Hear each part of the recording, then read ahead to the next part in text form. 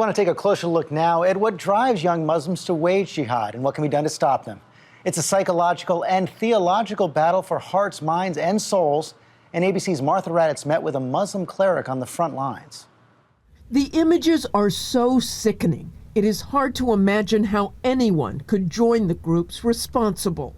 Yet the number of foreign nationals flooding into Iraq and Syria is at an all-time high. From this young Egyptian who once had dreams of becoming a fitness instructor, now transformed into an ISIS fighter.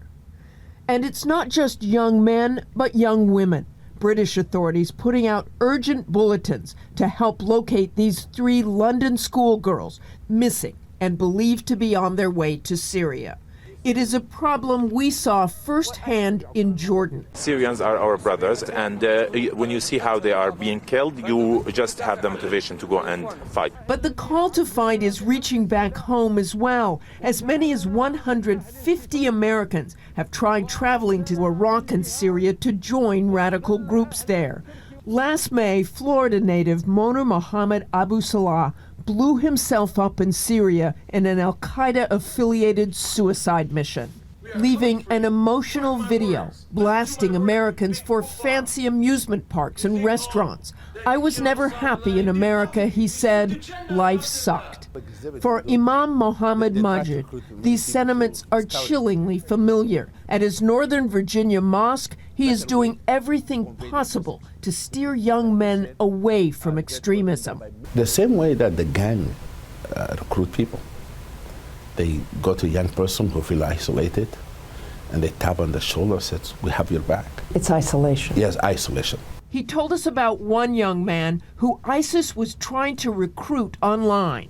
Majid got him to change his mind by convincing him ISIS was perverting Islam's true message. Are you confident he'll never join a group like that? I'm confident because his conclusion that this is not what Islam teaches. Like you look at the kid in Egypt who was the bodybuilder and wanted Absolutely. to be a fitness instructor, and instead he's cutting off heads with ISIS. But if you compare America to Europe, you will see less young people join ISIS than young kids from Europe. And that's because of integration. Absolutely, because in America, American Muslim community, I think, are very connected to the larger community. Like these young men, one a member of the Boy Scouts, another a mosque youth group leader, another leading the prayers. We have very welcoming communities, teaching what the real Islam is. When you have people that are from all sorts of backgrounds and all sorts of religions living next to one another, they have to find a way to start accepting one another. For This Week, Martha Raddatz, ABC News, Sterling, Virginia.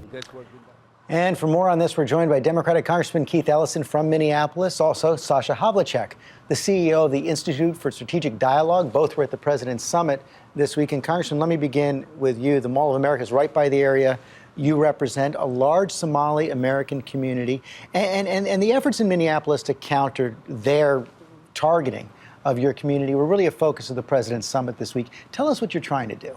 Well, what we're trying to do is we're trying to signal to our community and young people in it that, look, this is your country.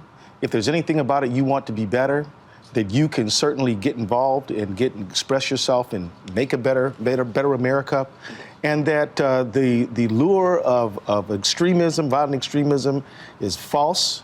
It's a lie, and it's going to end up with you dead or in jail without ever participating in some noble cause that they're promising. So that's the idea, to help them understand what the truth is, and that involves engagement, that involves inclusion, and that involves, I think, some resources, because I can tell you this, a lot of Somalis in my district feel like there's not enough community resources, there's not enough available for them because they're working class folks and came here refugee status and fighting poverty. And Sasha Havlicek, we know that ISIL and others sending out about 90,000 messages a day on social media. You call this the communications problem of our time. How did they outflank us on this, and how do we compete?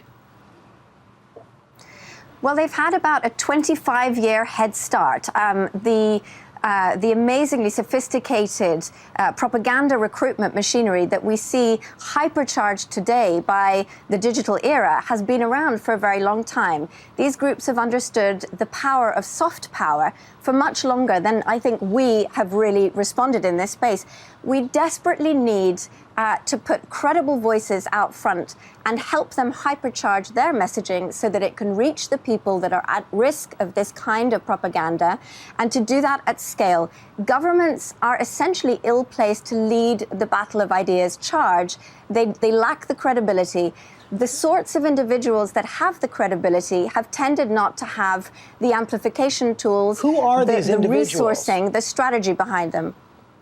I think that there's an array of civil society actors, former extremists, and we heard the president say this himself, are extremely important in this fight. We run a global network of former extremists and victims of extremism.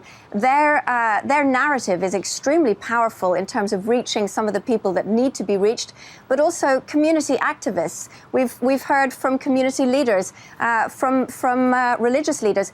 All of these individuals need to be out front and center.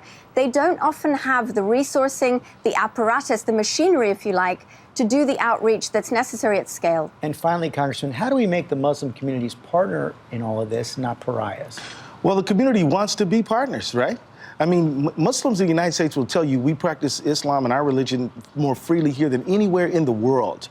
That's an important point to amplify. And I think that we got to continue to reach out, but we've also got to be wary of something. There's a cautionary tale here, too. We've got to not mix up surveillance and law enforcement with outreach.